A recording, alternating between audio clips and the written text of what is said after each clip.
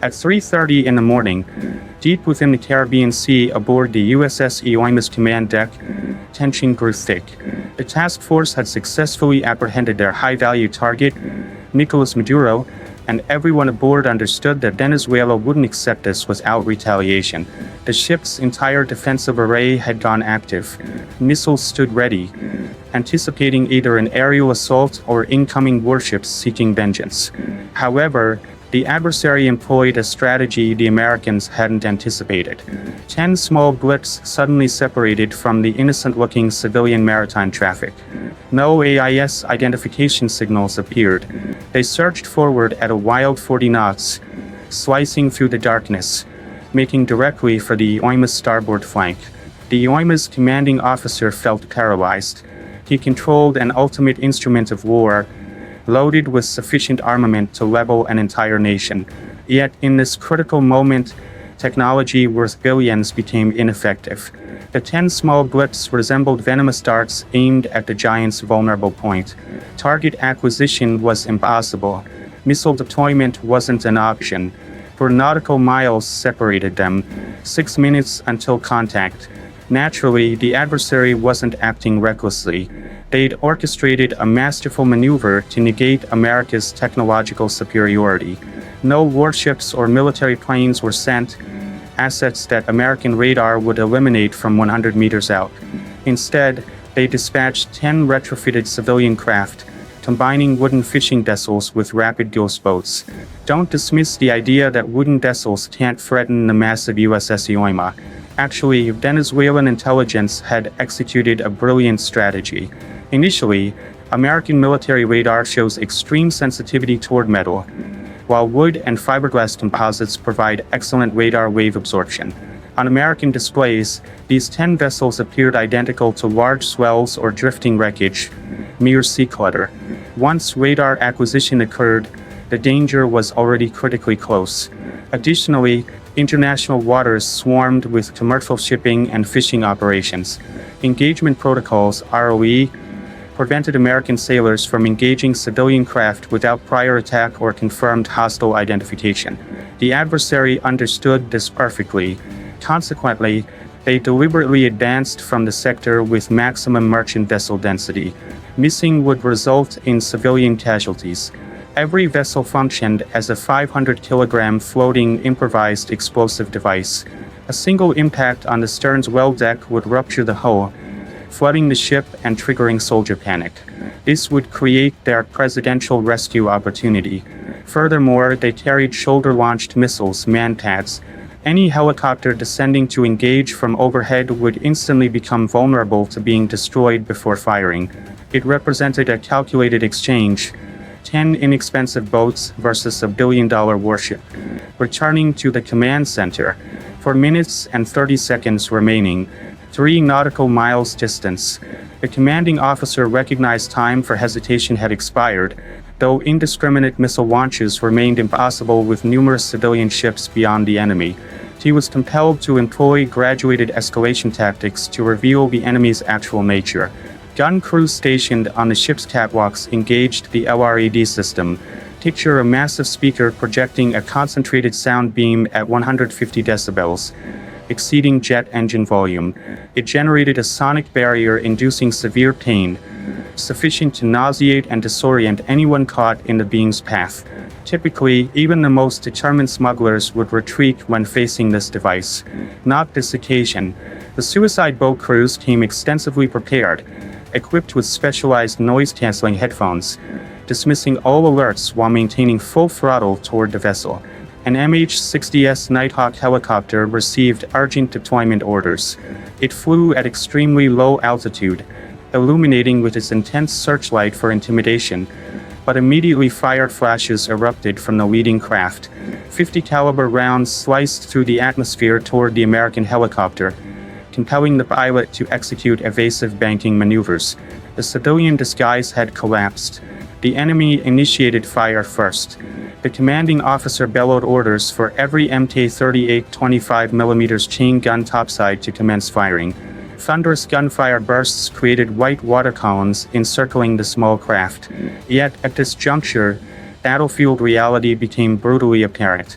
Striking a target measuring merely 10 meters, bouncing across waves at 40 knots during nighttime, proved far more challenging than anticipated. It resembled attempting to shoot a fly while seated in a truck traversing rough terrain. Regardless of optical targeting system sophistication, it couldn't counteract the chaotic wave motion.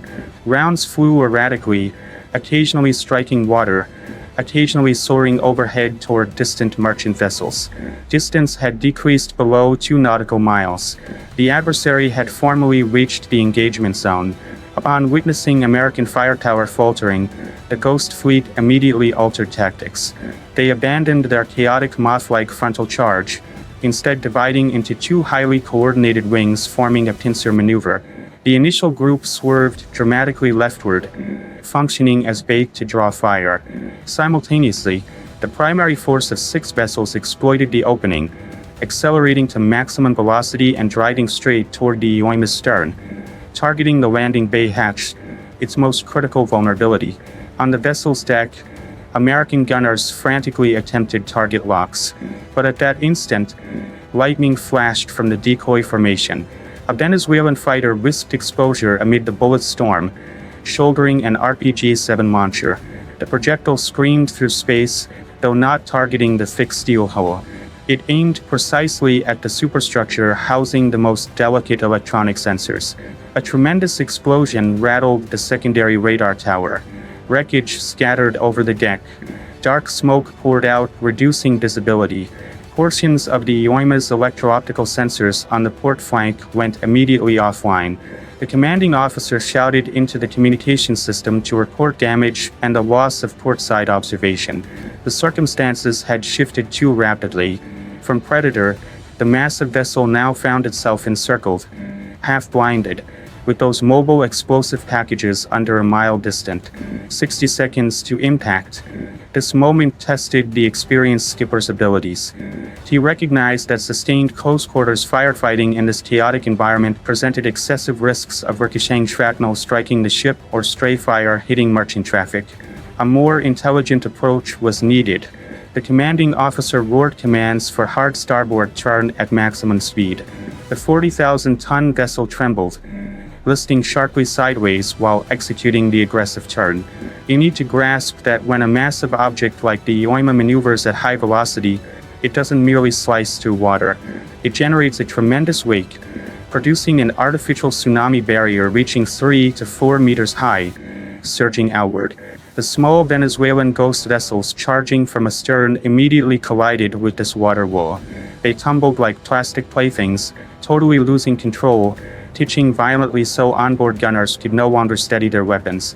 However, the most devastating strike remained forthcoming. Observing the enemy battling the turbulent seas, the commanding officer requested air support, though not for bombing runs. An AV-8B Harrier fighter standing by on deck received takeoff authorization. The aviator advanced the controls, guiding the fighter jet barely above the ocean surface, then positioning directly over the hostile formation. Its enormous Rolls-Royce turbine expelled a 1,000 degrees Celsius exhaust stream, with winds surpassing Category 12 hurricane force straight onto the water surface. The searing jet wash destroyed wooden cabin structures, liquefied electrical components, and hurled armed combatants overboard. The 2 forward vessels immediately capsized from the terrible wind force without any projectiles fired. The flawless synchronization between the giant warship and the jet fighter entirely shattered the enemy's offensive formation. Victory seemed assured, yet the adversary demonstrated greater resilience than anticipated. Within the turmoil of waves and smoke, the command vessel, the largest craft reinforced with bow steel plating, penetrated the defensive perimeter. It expertly evaded the Harrier's lethal jet exhaust, exploding from the smoke like an enraged, wounded animal. 400 meters distance, 40-knot velocity. Its objective was direct collision with the Ioima's flooded section where hull thickness was minimal. Topside, Marines unleashed their .50 caliber machine guns continuously, though the small projectiles merely deflected off the hastily welded bow steel plating. The Ioima couldn't alter heading. The 40,000-ton ship's momentum was excessive. Only one final defensive layer remained. The Phalanx CIWS system, which American personnel humorously nicknamed R2-D2. Ordinarily, this 6-barrel weapon maintains skyward orientation for missile interception. But in this life-or-death instant, the weapons officer activated Surface Mode 1B, the anti-surface vessel configuration. The flare sensors achieved lock on the suicide craft charging forward. The gun barrels commenced rapid rotation. Then a characteristic sound emerged resembling fabric tearing, amplified thousandfold. Within merely 2 seconds, the system discharged hundreds of 20mm tungsten projectiles. This ammunition type possesses double the hardness of steel and double the density of lead. At under 200 meters range, nothing could survive this metal deluge. The command vessel's bow was immediately shredded. The protective steel plating became a sieve. The devastating armor-piercing rounds ripped through engines, penetrated fuel reservoirs, and ignited the internal sea for explosives. Boom! A massive fireball erupted adjacent to the Yoima's hull. The explosion's shockwave proved so intense it fractured the command bridge's reinforced glass. Sailors dropped to the deck. Seawater and wreckage drenched the flight deck. Yet when smoke dissipated, the giant vessel remained intact. It shuddered violently, then gradually recovered equilibrium. The hull showed smoke blackening and debris pockmarks, though no penetration occurred.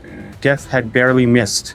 Silence restored as swiftly as it departed, leaving solely the distant alarm wail and wave sounds against the scorched opening. The Caribbean Sea now displayed debris fields, oil spreading, and drifting life rafts. 10 ghost vessels had been entirely eliminated from the water's surface.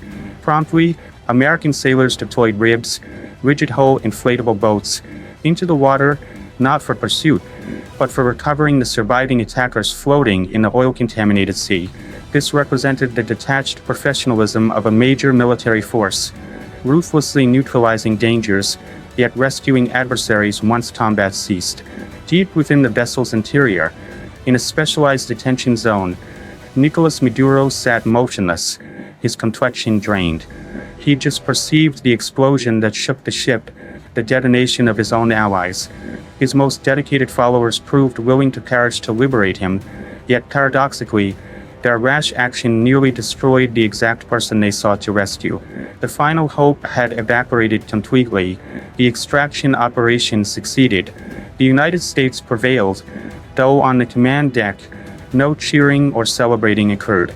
The skipper gazed down at the blackened and charred area on the hull where the fireball had recently erupted. He understood that the U.S. Navy had secured a victory, yet revealed a critical weakness. A billion-dollar fleet, outfitted with the planet's most sophisticated technology, nearly fell to cheap fishing craft and fanatical determination. This evening's success represented an expensive lesson that in contemporary warfare, the giant Goliath risks falling to David's sling if delayed by just 1 second. You understand, contemporary warfare isn't merely a competition of whose missiles are larger or travel further. This hypothetical engagement revealed a harsh truth. Asymmetric warfare represents the future of naval conflict. But envision if the catastrophic scenario had materialized. What if one vessel had successfully rammed and destroyed the Yoima? Then this would no longer constitute a counterinsurgency operation. It would become total war. If America's power symbol were destroyed, Washington wouldn't pursue negotiations. Within 24 hours, the carrier battle group would transform every Venezuelan naval facility into rubble with Tomahawk missiles. The Caracas government would fall not through legal proceedings, but through overwhelming firepower. Fortunately for global stability, that violent scenario didn't materialize tonight. What's your perspective? Is the swarm strategy the solution for smaller nations confronting the U.S. Navy? Or does the phalanx system still reign supreme in close-quarters engagement? Share your opinions in the comments section. Remember to like, subscribe, and activate notifications so you won't miss the next intense military breakdown.